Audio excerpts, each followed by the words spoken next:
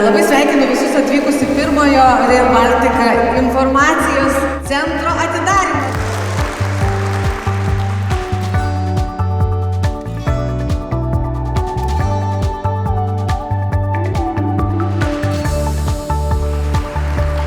Dvigubai greičiau nukeliausime į Varšuvą, dvigubai greičiau pasieksime Rygą ir Taliną.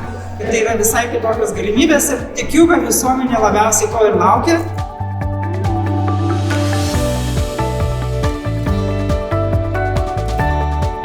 Šis infocentras yra pirmas žingsnis einant tikrųjų Rail Balticos vertybių keliu.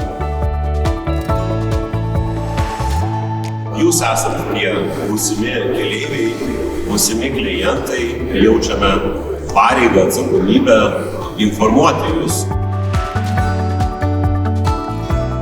Naudokim šitą infocentrą kaip tam tikrą ir asmeninį pažadą ir atsakomybę ir tuo pačiu siekdami parodyti, tai kokioj mes stadijoje esam, ko tikėtis, ko laukti, kokiam progrese esam. Kaip matote, Kaunas bus pagrindinis taškas ir mazgas mūsų europinės TNT linijos.